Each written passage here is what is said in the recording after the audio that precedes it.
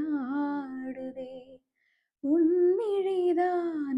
தேடுதே